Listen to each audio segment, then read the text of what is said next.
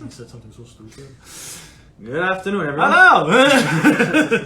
No, he didn't say anything stupid. Don't worry about it. I'll back this up a little bit because it's in the camera. Perfect.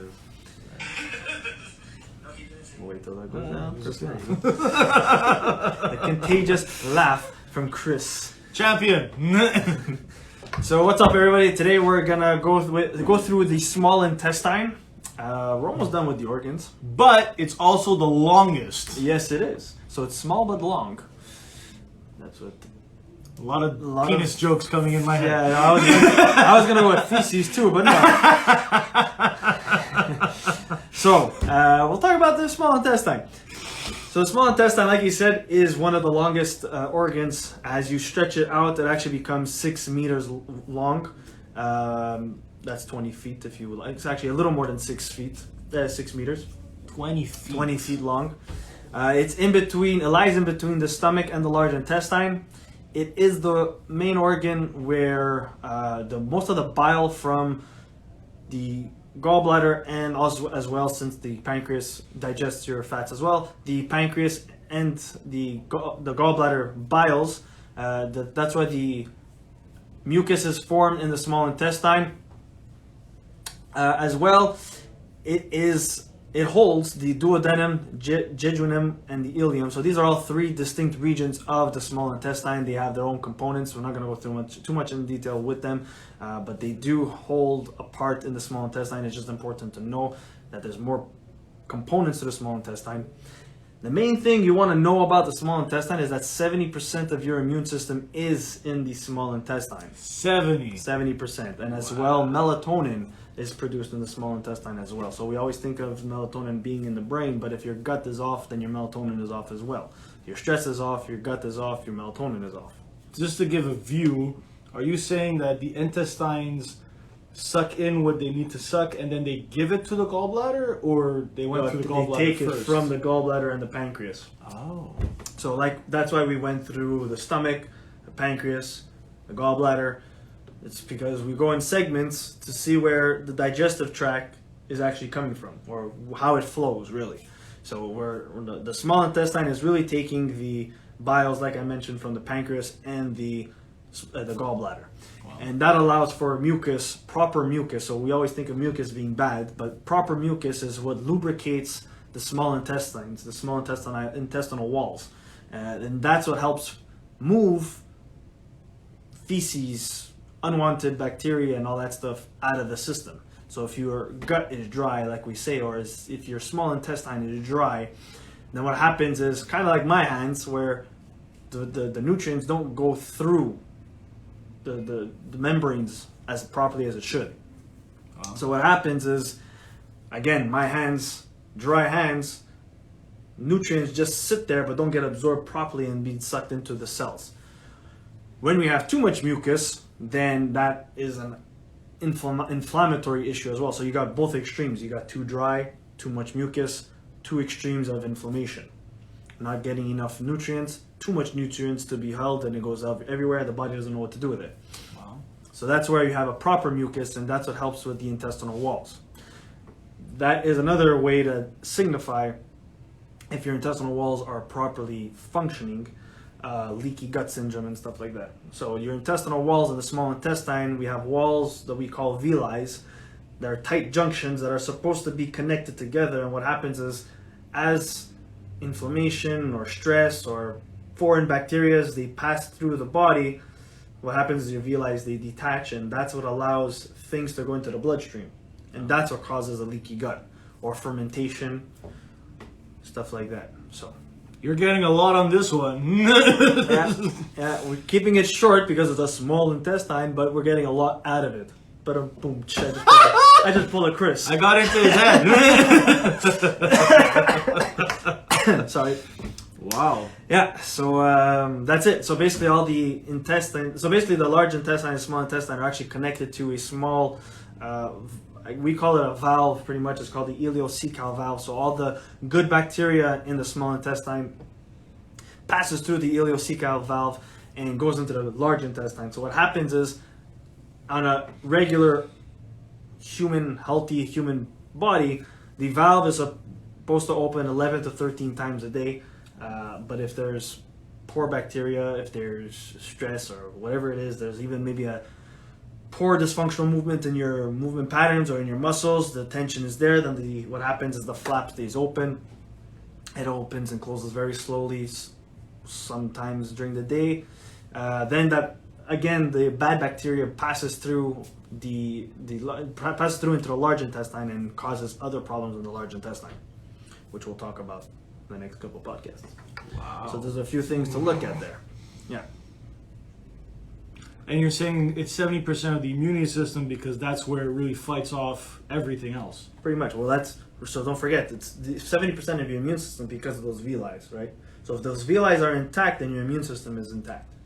So if they start opening up, then that's when you start getting the inflammatory issues, a leaky gut, and whatnot. And that's where the real battle of what's a virus, what's not good for you, and they're going at it. Yeah, pretty much. And the other thing is that there's so many nutrients that you can have to help support the small intestine, but because there's so many nutrients and they're very vast, you don't know which one's really the one that's going to help you the most. So this is why we go with, prebiotics, probiotics. Prebiotic is always before you eat. Probiotic is always after you eat to give the good bacteria into the gut. But the thing is that in my case, I never really give any probiotics unless it's at an end phase of any protocol I'm giving. Why is that? Is because the more bacteria that you give into a system can potentially harm the body even more by creating more bad bacteria. So that's just my way of seeing things. I mean, sometimes it works amazingly for some people, sometimes it doesn't for others. But I mean, the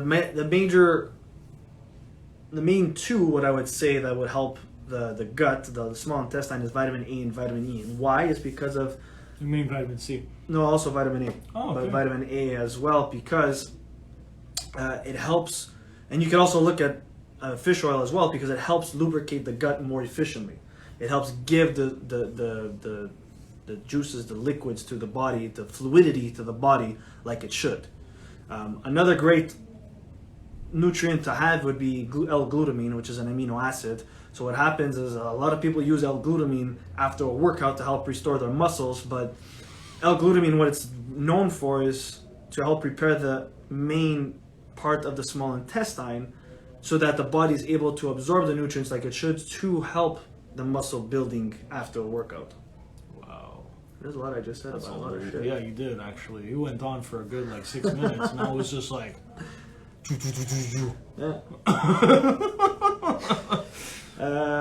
Yeah. So that's pretty much a small intestine. I mean, we could even go into emotions. Joy is one of them. Not assimilating life in general is another one that is related to the small intestine. Maybe you have other ones too, I think, that could relate to the small intestine. Well, I would mean that, Holding in a lot of stuff.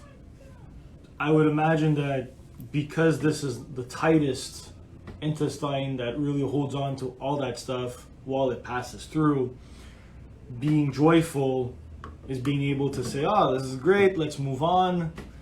But some people really hold on to their problems, and so I would imagine that would cause it to hold too much, and sometimes that's where the damage starts to begin, right? So you hold it into the small intestine and hold it into the large intestine too, and you start. It's like if I hold a fist and I just keep holding it, at one point it's gonna hurt.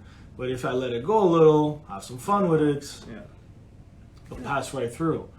Wow. Yeah. And if someone's having pain in this area, it's because not only stress, but it's because the bacteria as well are not in there making sure that things are moving through. Exactly. So there could be a few things, like we said, the bacteria, it could be the stress, it could be the emotions, it could be just a lack of vitamin A, vitamin E, and vitamin C. So the vitamin C is also helpful for the stress of the gut itself, not just the stress of the body. And vitamin C is very good for the immune system, right? So it's one of the main nutrients, vitamins for the immune system. That's why we load up on vitamin C when we're sick. It's to help with the gut as well. Most of the time we're sick because of our immune system's down, so that means our gut is low, is weak as well. So just load up on some vitamin C.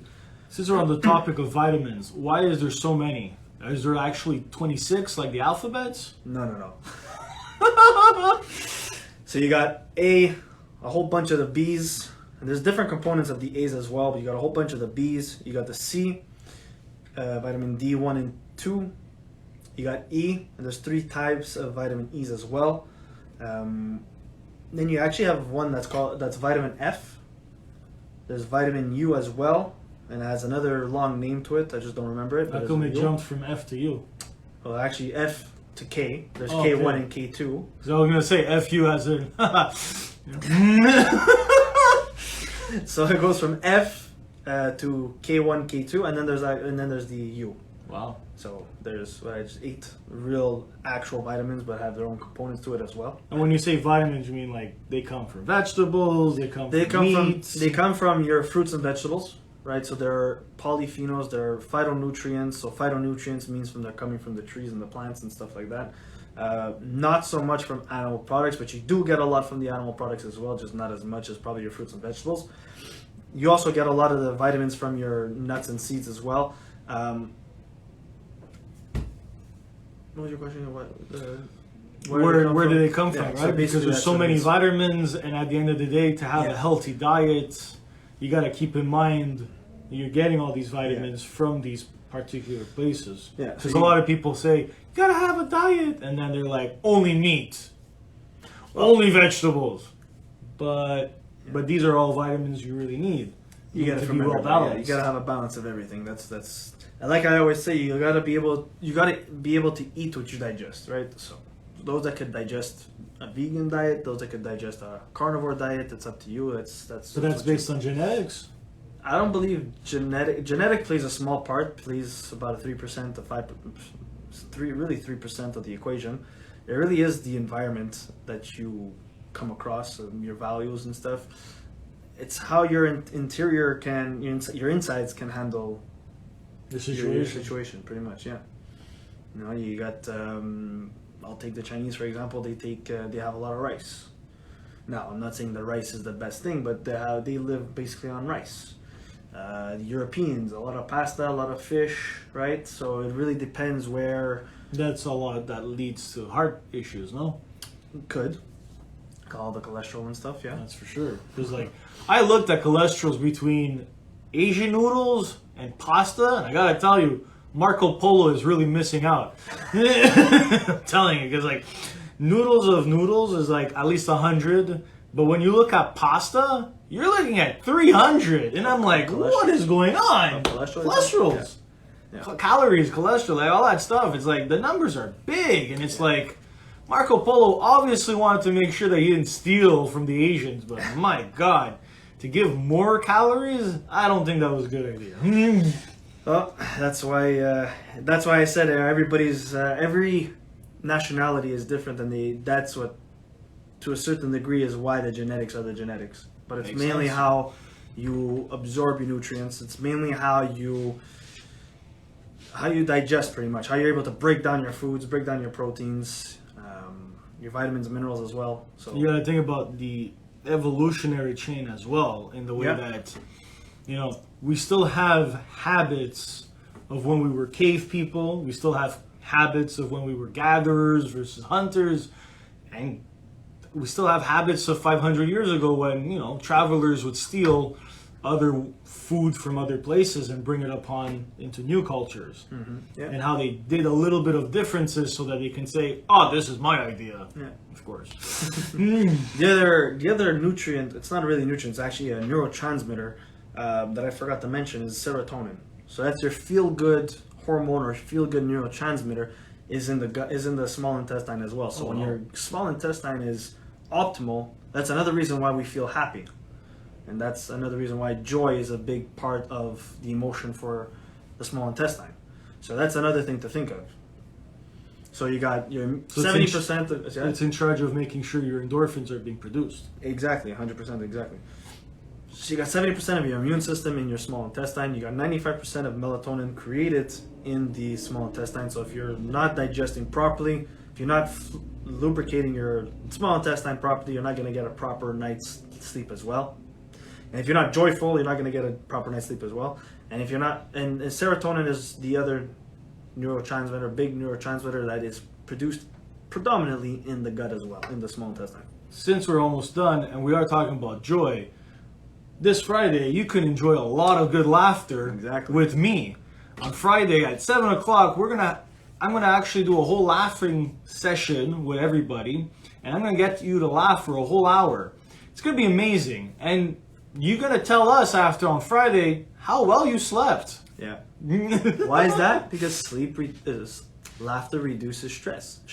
Less stress equals better quality sleep. And I'll be teaching you techniques you can do by yourself, so that right before bed, you have it good, and you'll sleep way better.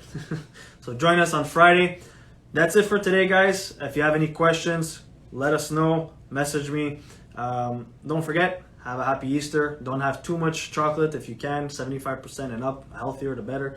If not, you're only going to disrupt your small intestine. And be careful of the recall on Kinder Surprises. Oh, yeah. Because they will come with surprise. Oh, yeah. Not the good one. Happy Easter, everyone. Enjoy the rest of the day.